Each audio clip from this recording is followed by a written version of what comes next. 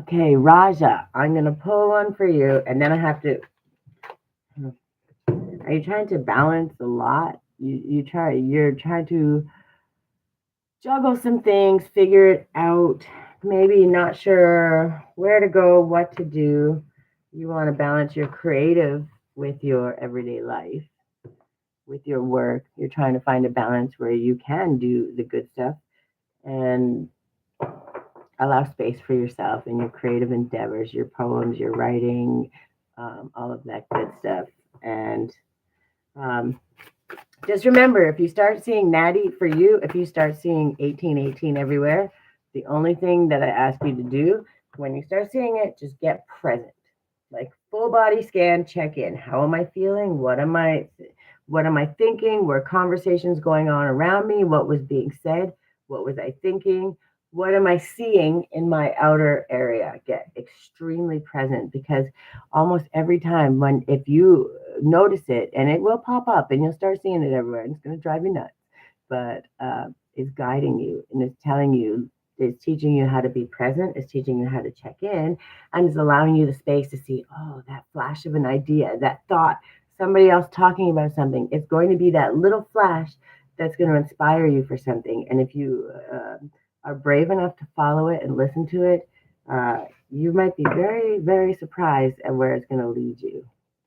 All right, Raja, let me see. Sun in Cancer. Focus on your home and love. Yeah, you're learning how to balance. You want to find the space for yourself, peace for yourself, your own space of love and joy and kindness and your creativity. You want to do all of the things, and sometimes trying to balance that with family work. All of the things can be very hectic, and especially if sometimes people don't like it or don't agree with it, or it creates conflict, even though that's not your intention. Um, Also, don't let that fear stop you either, because when you're doing something from the heart, the people that do see you and that will want to support you will show up. I promise you. That's how it works. But you got to be brave enough to trust yourself. When you start trusting yourself, the whole world opens up. It might feel like it's crashing for a minute, but what you see at the on the other side, that was just your fear. Because when you just release and trust yourself, that balance becomes a lot easier because it's not a juggle session anymore. It's okay, I think I understand. Today I can do this and add a little bit of this. And as long as we're adding more and not having to take away, because what happens when you add the things you love and that make you happy, the stuff that doesn't align, it falls away. You're not throwing it away, you're not losing it, it just falls away. I'm having lunch, editing, and listening. Simple. How are you? Welcome, welcome.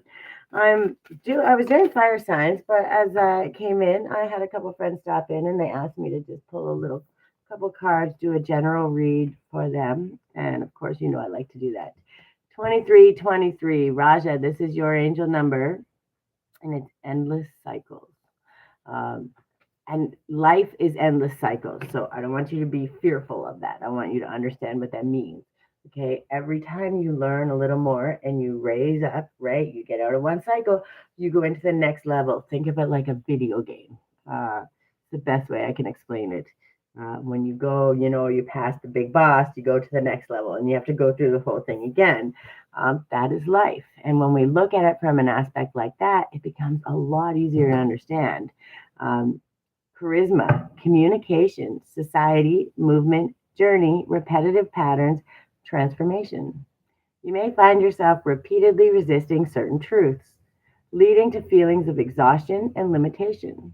It's time to decide to live authentically for yourself, not for everybody else. That doesn't mean throw everybody away. That just means this brings me joy. And if the expectation of somebody else is hurting me, hindering me, or keeping me small, then that's not the ideal or the movement that I want to be a part of.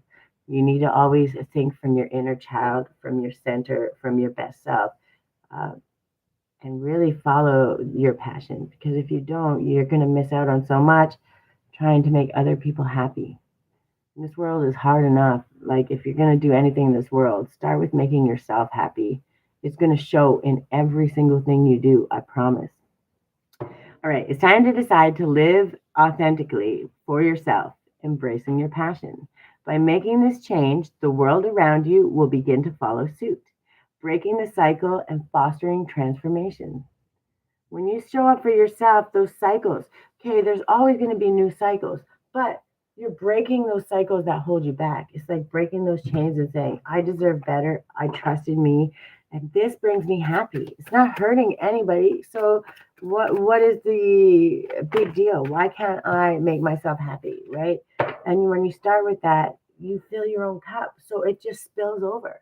So naturally, you're going to be kinder, more empathetic, more compassionate, more caring for others because you're doing it for yourself first.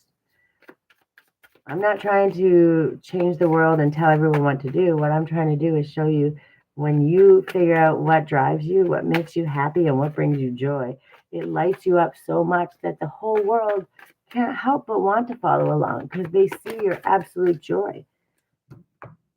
I welcome healthy, loving relationships. And it doesn't mean um, romantic relationships, all relationships, friendships, family, new encounters with people, business relationships.